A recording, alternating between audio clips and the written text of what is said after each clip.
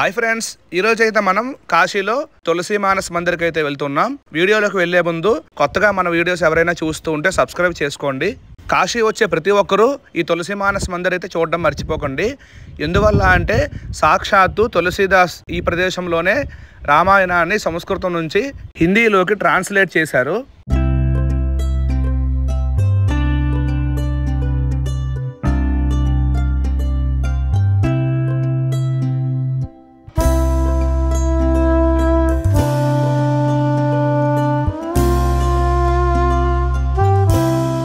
ఈ తులసి మానస్ మందిర్ మొత్తం కూడా పాలరాతితో కట్టబడింది. వాల్మీకి రామాయణం సంస్కృతంలో ఉండేది ఒకప్పుడు. ఆ సంస్కృతంలో ఉండడం వల్ల చాలామందికి చదవడానికి ఇబ్బంది పడుతూ ఉండేవారు. భారతదేశంలో ఉండే ప్రతి ఒక్కరూ రామాయణాన్ని చదవాలి అనే ఉద్దేశంతో సంస్కృతం నుంచి హిందీలోకి అయితే ట్రాన్స్లేట్ చేయాలనుకున్నారు. ఈ యొక్క మహత్తరమైన కార్యక్రమాన్ని అయోధ్యలో అయితే ప్రారంభించారు. అయోధ్యలో ప్రారంభించినప్పటికీ కూడా ఆఖరిగా పూర్తి చేసినప్పుడు ఇప్పుడు మనం ఏదైతే దేవాలయం చూస్తూ ఉన్నామో అక్కడే ట్రాన్స్లేట్ చేయడం అయితే పూర్తయింది.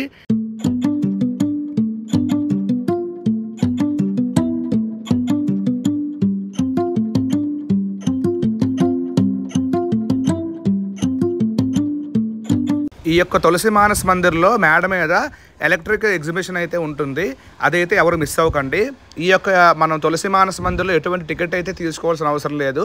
కానీ ఈ యొక్క ఎగ్జిబిషన్కి మాత్రం 10 రూపాయల టికెట్ అయితే తీసుకోవాలి. పిల్లలు కానీ పెద్దవాళ్ళు కానీ ఎవరైనా ఈ యొక్క ఎగ్జిబిషన్ చూడడానికి చాలా బాగుంటుంది.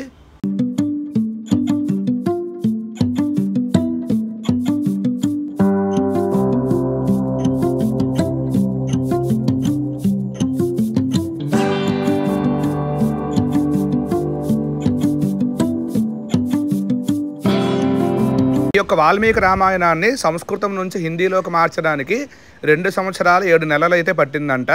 అందుకే ఈ ప్రదేశాన్ని తులసి మానస్ మందిర్ అని పిలుస్తారు. ఈ యొక్క ఎగ్జిబిషన్ మనం చూసినట్లయితే రామాయణంలో చాలా సన్నివేశాలు మనం లైవ్లో చూసినటువంటి అనుభూతి అయితే పొందుతాం. ఇప్పుడు మనం చూస్తున్నది సీతమ్మ వారు అగ్ని పరీక్ష జరిగిన సన్నివేశం మనం ఇక్కడ చూడొచ్చు. తులసీదాస్ గారు హిందీలోకి రామాయణాన్ని అనువదించిన తర్వాత ఆయన పూర్తి జీవితాన్ని కాశీలోనే గడిపారు. ఆయన 1623వ సంవత్సరంలో ఆయన ప్రాణాలు అయితే విడిచిపెట్టారు.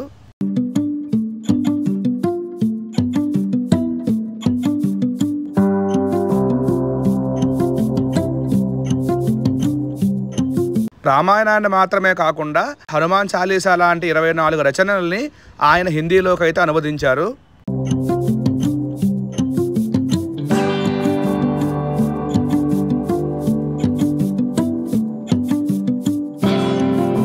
తులసీదాస్ గారి పేరు మీద కాశీలోని ఘాట్లలో ఒక ఘాటుకి అయితే తులసి ఘాట్ అని పేరు కూడా పెట్టడం జరిగింది.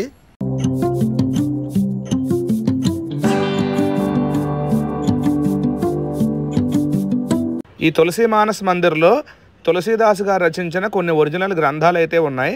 కానీ అవి మనం ఇప్పుడు చూడడానికి కుదరదు. ఎందువల్ల అంటే ఇక్కడ బిల్డింగ్ పనులు అవుతున్నాయి. చూడండి, వీడియో చూసిన వాళ్ళందరూ మన ఛానల్ని సబ్స్క్రైబ్ చేసుకోండి. అలాగే ఈ వీడియోని మీ ఫ్రెండ్స్ అండ్ ఫ్యామిలీ మెంబర్స్ అందరికీ షేర్ చేయండి.